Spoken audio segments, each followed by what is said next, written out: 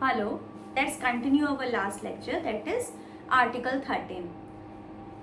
In this lecture, we are going to discuss on these three doctrines: doctrine of severability, doctrine of eclipse, and doctrine of waiver.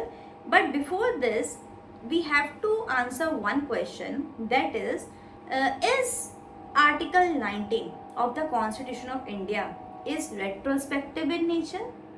And the answer is clearly no.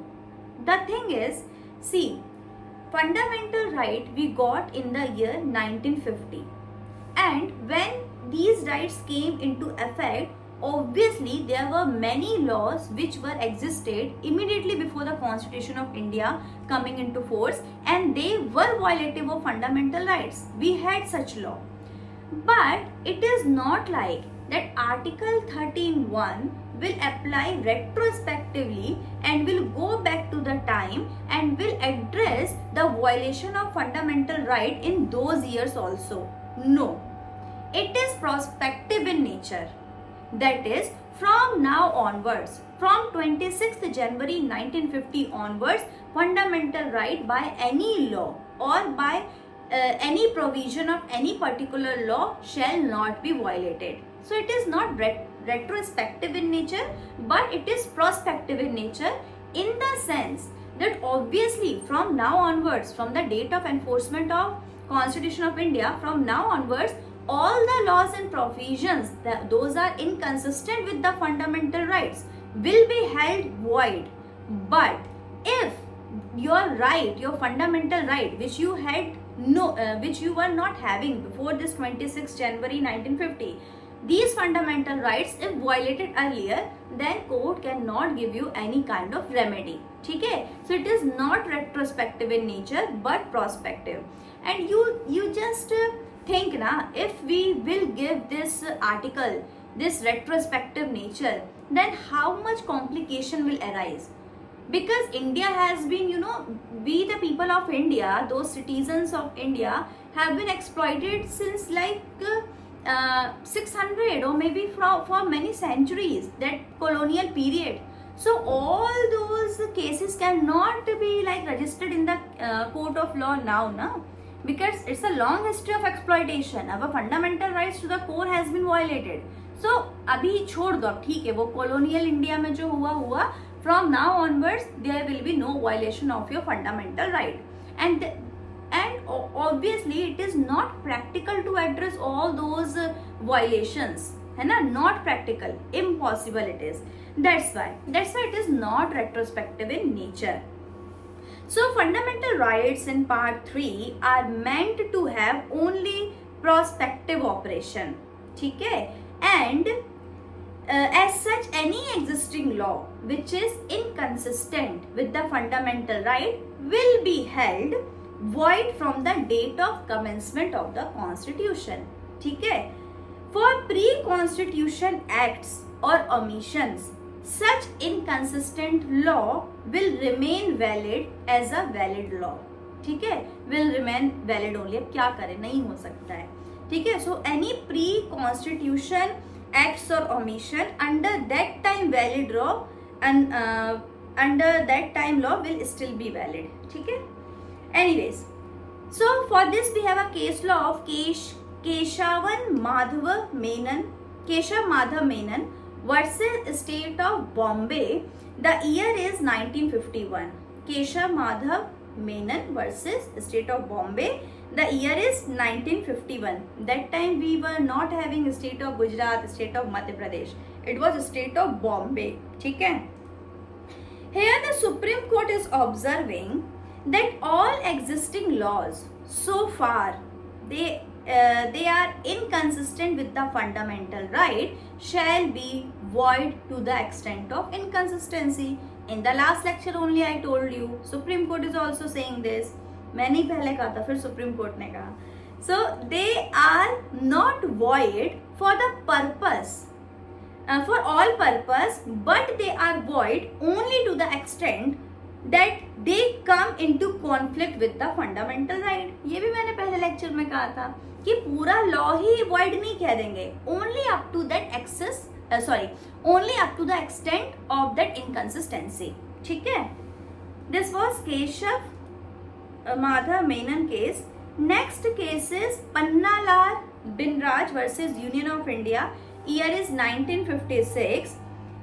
In this case, what happened? See, let me first tell you this. Where the income tax assessment and recovery proceedings were completed before the commencement of the constitution, and now the petitioner is coming before the court. Income tax proceeding हो चुकी हैं before the constitution of India, but now one person is coming as a petitioner and saying उस proceeding में, in those income tax proceedings, my fundamental rights got violated. Obviously we can't give you any remedy. So what happened? The courts held that they could not challenge this under Article 13. Once done, it's done. ठीक है? Now coming to rule of severability. So I have told you in the last lecture that we try to not to void the entire law, but only that provision of the law which is actually inconsistent or in violation to the fundamental right. So we will sever, but only up to the extent of inconsistency.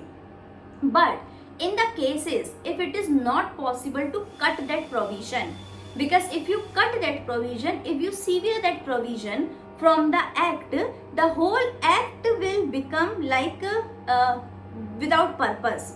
The object of that act will be gone. So in that purpose, in that matters, the whole act, the entire act will be held as void. This is doctrine of severability.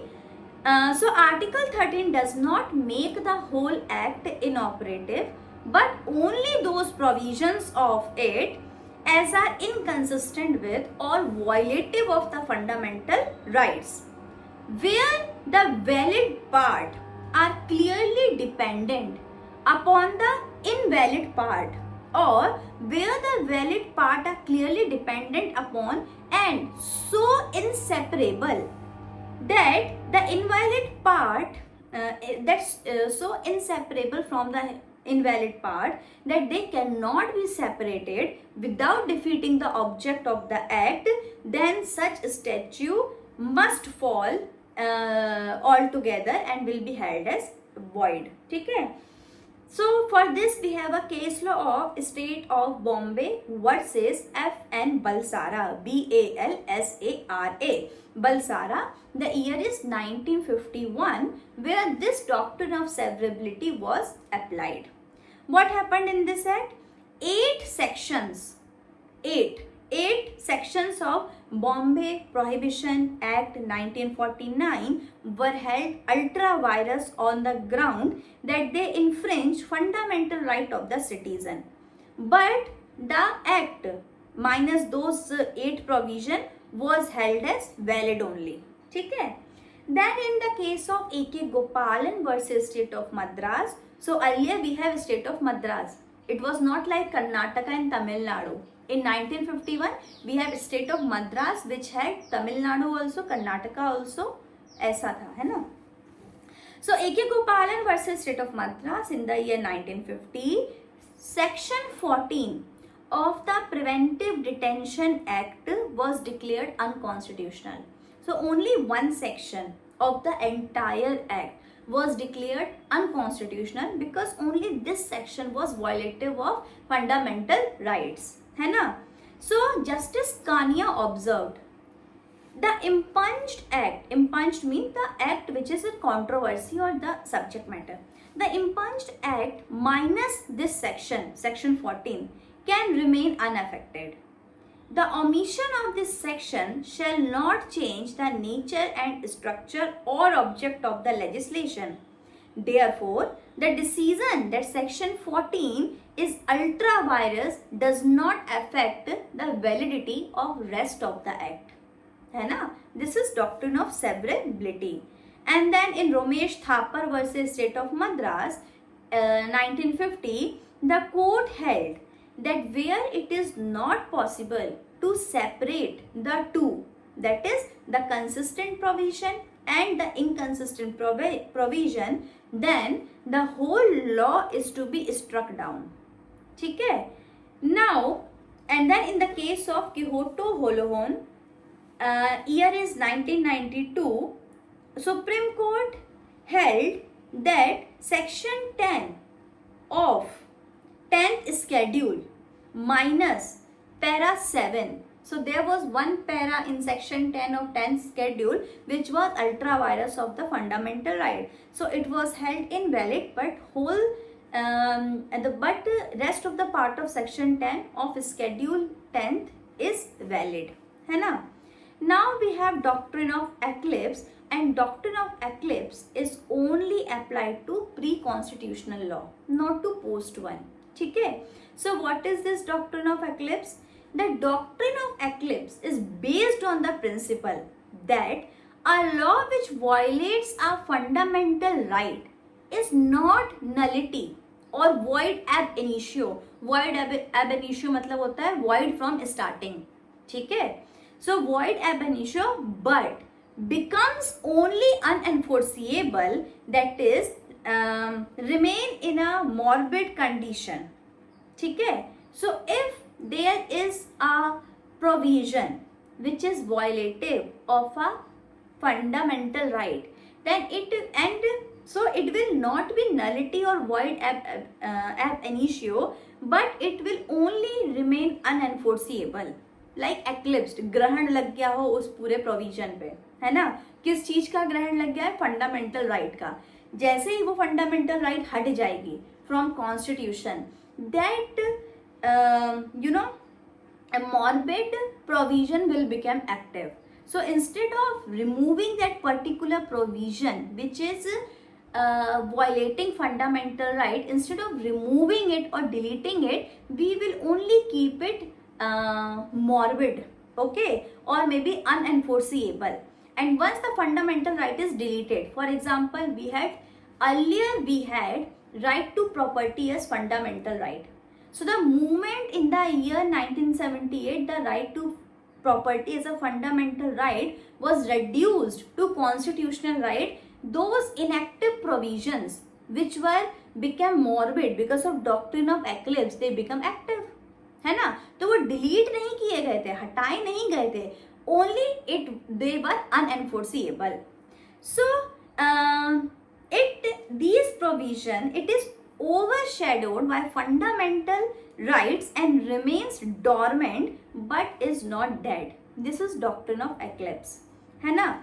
And the case law on this doctrine is Bikaji Narayan versus State of Madhya Pradesh. What happened in this case?